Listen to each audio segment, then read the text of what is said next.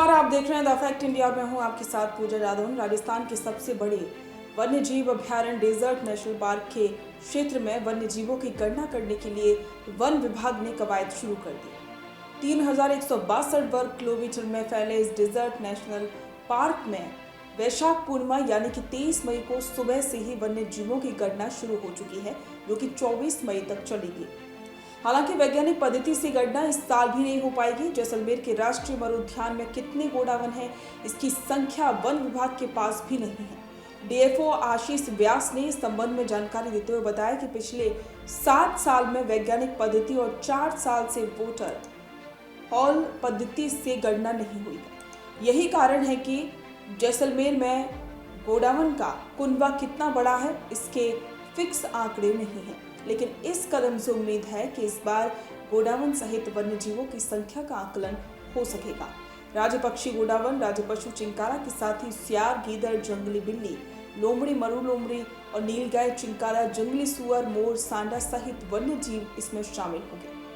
DFO आशीष व्यास ने बताया है कि 2018 में वैज्ञानिक पद्धति से जो गणना हुई थी उसमें 128 के करीब गोडावन काउंट किए गए थे।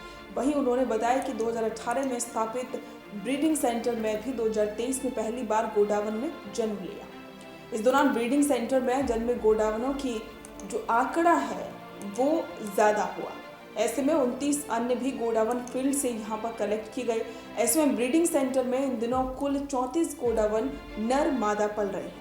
ऐसे में मरुउद्यान क्षेत्र में अब 162 के करीब गोडावन का आंकड़ा पहुंच चुका है। आपको बता दें कि जिले के डीएनपी क्षेत्र में सबसे ज्यादा नजर राज्य पक्षी गोडावन पर रहती है। इसके संरक्षण और संवर्धन पर सालाना करोड़ों रुपए खर्च किए जाते हैं। गणना के लिए वन विभाग डीएनपी की तरफ से प्रत्येक वाटर पॉइंट पर तकनीकी कार्मिकों को तैयार करते हैं, तैनात भी किया जाता है और इसके लिए कार्मिकों को प्रशिक्षण भी दिया जा चुका है। वन्य जीवों की गणना के लिहाज से डीएनपी क्षेत्र में 40 जगहों को चिन्हित किया गया है, जहां पर पानी की पर्याप्त व्यवस्था की जा चुकी है। इस कार्य के लिए 40 जल स्रोतों पर 40 कैमरे लगाए गए, तो वहीं इनकी निगरानी के लिए वन विभाग के 80 जवान भी तैनात किए गए हैं।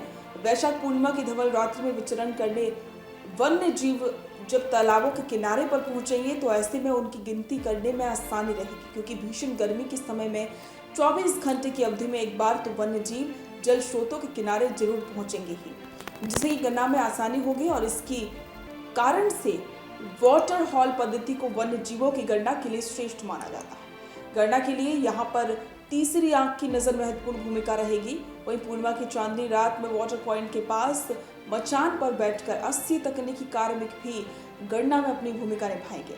इससे गोडाउन को बचाने और उनकी संख्या बढ़ाने पर भी जोर दिया जाएगा।